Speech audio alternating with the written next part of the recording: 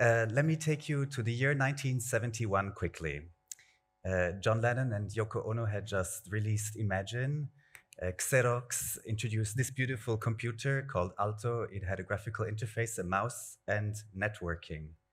And also in the same year, the first email was sent between two computers.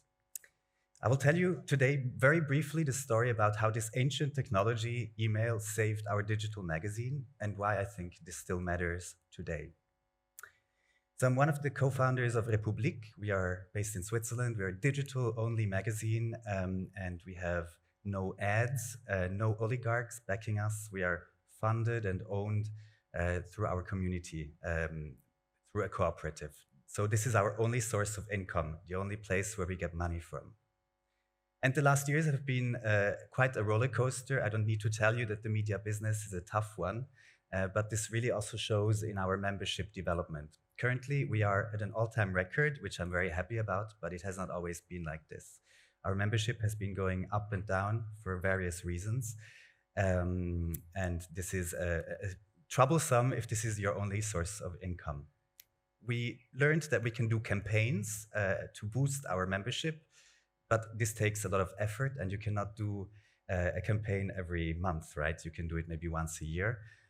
But so we were looking for other things that boost our membership. And we found something, luckily, 2 years ago that really shifted and was a game changer for us. And you may have guessed it, it's based on email.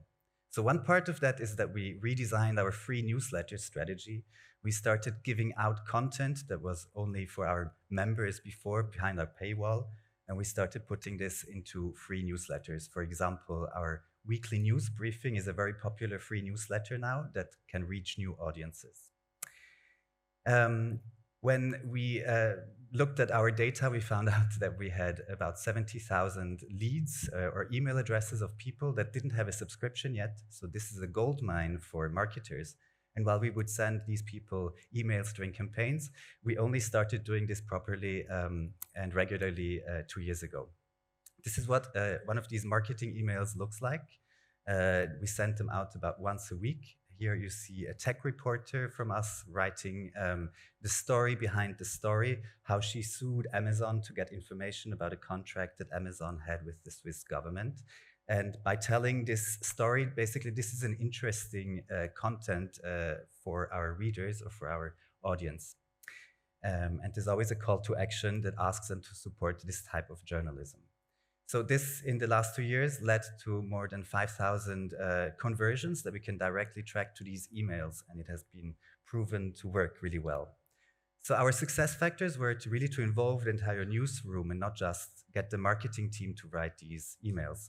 This was the hardest thing to do because our journalists typically don't like writing marketing content, but they realized that this is our biggest distribution channel and they can reach a large audience with this. Also, they got a bit competitive, but by making these emails valuable and high quality, they actually started, people liked reading them also. This leads me to the question, it's a bit mind-boggling that this technology from the 70s is still so important today. Why is that so? Everyone has an email address.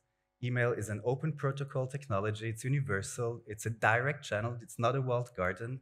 And it's not commercial. You are not depending on any platform when you use email. And that's the beauty of it. Bernie Sanders is right when he criticizes that the top 5 richest men in the world all have social networks or other media companies. This is not cool. This is control over what people see, hear, and read.